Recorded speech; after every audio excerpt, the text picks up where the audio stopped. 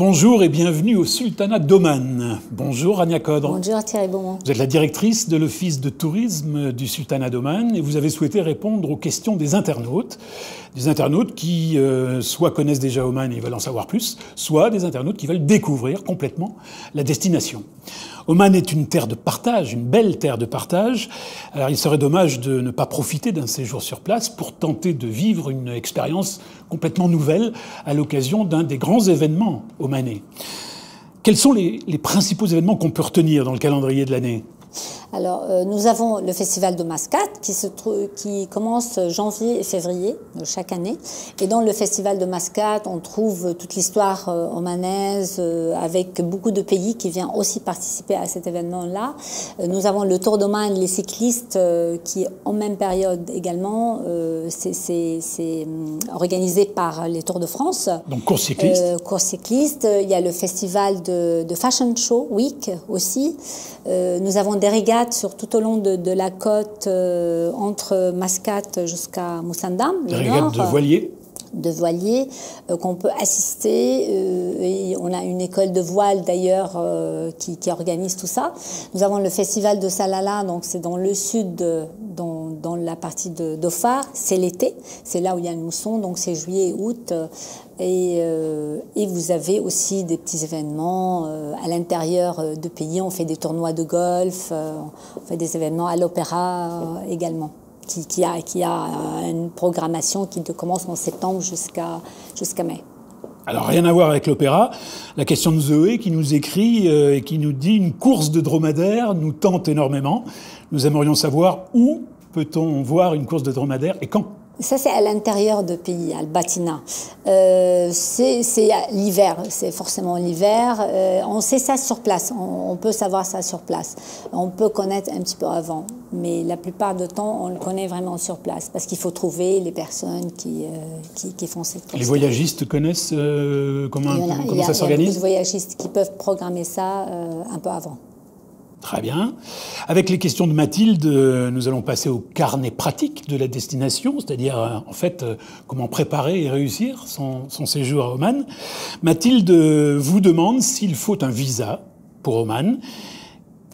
Et autre question, si elle pourra dormir sous la tente, c'est-à-dire si on peut faire du camping à Oman. Alors, on peut faire du camping dans le désert. Il y a des campements très authentiques, vraiment des tentes bédouins, très rustiques. Il y a aussi des campements un peu luxueux avec l'air conditionné, avec un peu d'eau et tout. Donc ça, c'est faisable. Sachant qu'au partir dans le désert, il faut savoir conduire dans le désert. Sinon, avec un guide, on peut le faire. Pour les visas, on peut avoir les visas à l'arrivée.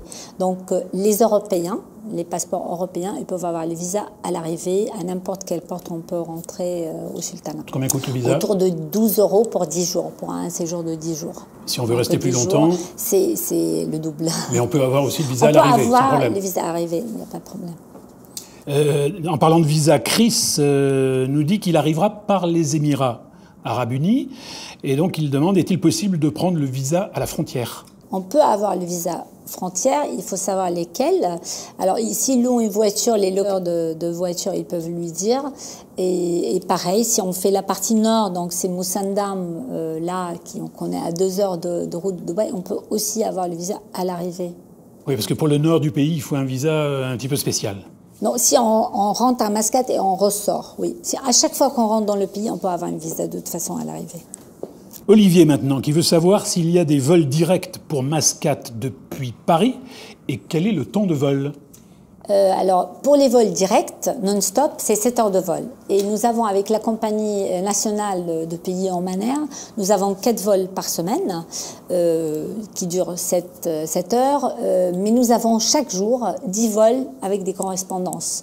Donc, avec les autres compagnies aériennes, sachant que toutes ces compagnies aériennes, que ce soit Omanair qui a gagné le meilleur classe affaires, siège de classe affaires, les autres compagnies aériennes des pays du Golfe qui ont un correspondant, mais on peut enregistrer les bagages jusqu'au bout, donc c'est très facile d'arriver 10 vols par jour.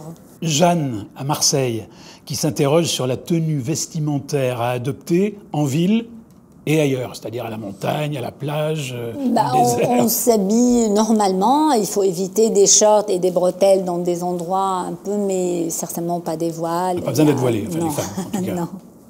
Non. D'accord, donc il faut juste être correct. Bien habillé, correct.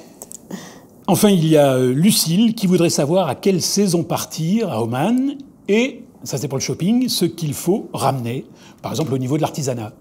Alors on peut partir toute l'année au Sultanat. L'été, on a des montagnes jusqu'aux 2000 mètres. Les piscines sont refroidies. On peut faire beaucoup d'activités.